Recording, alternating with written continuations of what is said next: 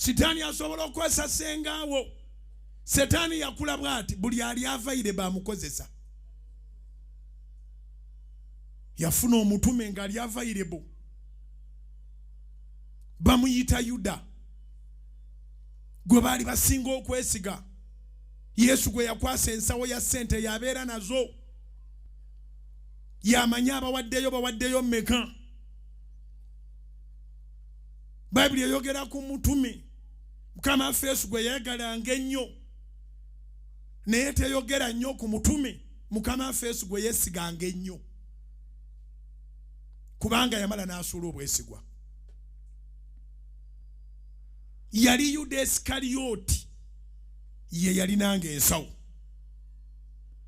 Buli kantu konna ye yakakwatanga. Kyova abamalaya bayali asiga Yesu amafuta perfume ey'ebbeeyi ku bigere. Ono akwata ensawo olw'omutima ogw'obubbi gwe yali alina n'atandika okuba kampeni kakuyigaawo. Kaliraba amafuta ago gonna babagonoona. Bandi gatunze sente ezivaamu ne ziyamba abaavu. Ababbi babanga abalina ensonga eziri genuine naye nga babbi. Omubbi asimbawo ekisongasonga babusimba ne mu buweereza. Oyinza ogenda okudda nga abantu tebaagala kuwuliriza nga gwe batandika obuweereza ng'omubbi ayogera. Babusimba ne mu bizinensi. Oyinza ogenda okudda nga tewakyali mukozi ayagala kuwuliriza ng'omubbi ayogera. Wano yandibadde atwongera omusaala. Sente ziyingiramu ne ziringa amazzi. Ate mukimanyi tulinga bulogoyi wano.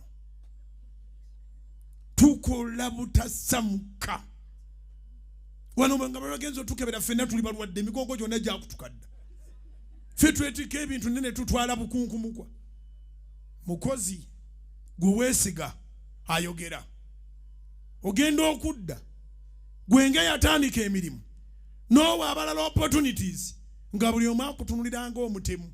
Toli feya, toli mulungi, tosaasira, toyagaliza, weyagaliza wekka.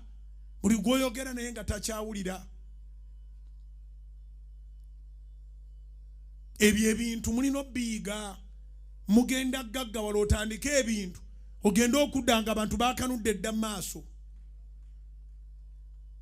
Kinyuma n'obanga enjiri yakutendeka dda. Ebigambo ebitendekebwa mu njiri tojja bisanga mu university.